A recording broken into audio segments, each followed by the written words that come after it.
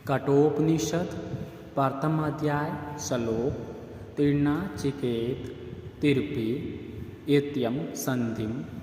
तिरिकर्म कीर्त इति जन्म मृत्यु वर्माजज्ञम देवम इडयम विदित्वा नीचया इमां शांतिम अतयन्तम इति। अनुवाद: नाचिकेतस अग्नि का 3 बार चयन करने वाला, इन तीनों बातों के संबंध को प्राप्त करके ज्ञान, कर्म तथा उपासना रूपी 3 कर्मों को करने वाला व्यक्ति जन्म और मृत्यु को पार कर लेता है। ब्रह्मा से उत्पन्न स्तुति करने योग्य अग्निदेव को जानकर इसका शयन करके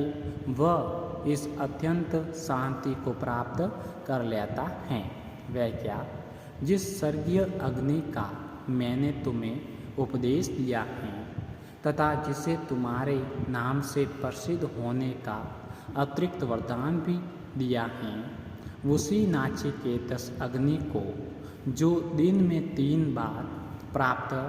दोपहर और सायंकालीन यानी संध्या में परिचित करता है,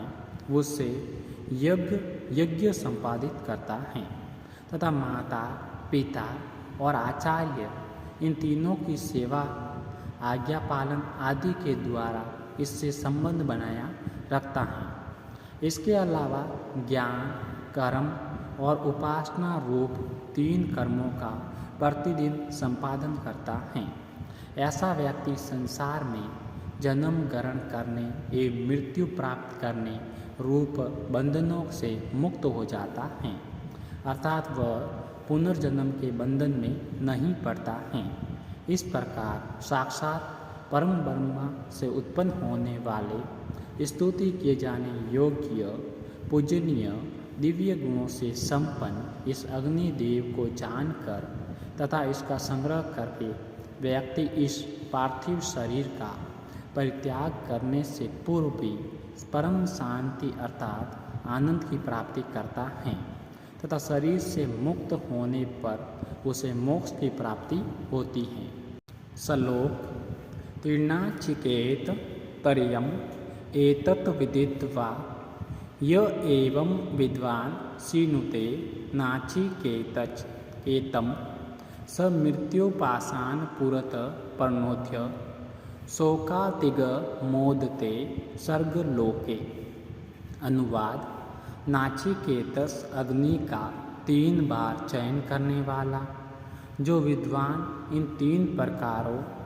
ईंटों का आकार, प्रकार, संख्या, नियोजन प्रणाली को विशेष रूप से जानकर इस प्रकार विधि पूर्वक चयन करता है,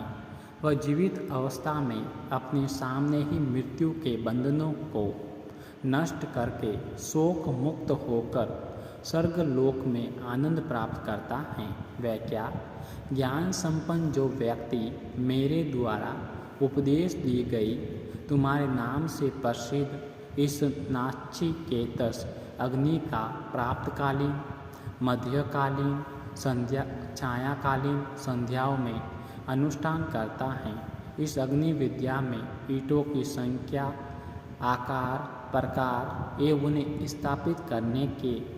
विधि विद्वान से पूर्णतया परिचित वह व्यक्ति यदि इस अग्नि का प्रतिदिन संग्रह करता है तो वह निश्चय ही अपनी जीवित अवस्था में ही मानो अपने सामने ही प्रत्यक्ष रूप से मृत्यु के कारण मोह, माया, ममता रूपी बंधनों को नष्ट करके सांसारिक वस्तुओं, पुत्र, पौत्र आदि के विनाश से उत्पन्न होने वाले शोक से मुक्त होकर स्वर्गलोक में जाता है तथा वहाँ केवल आनंद को प्राप्त करता है।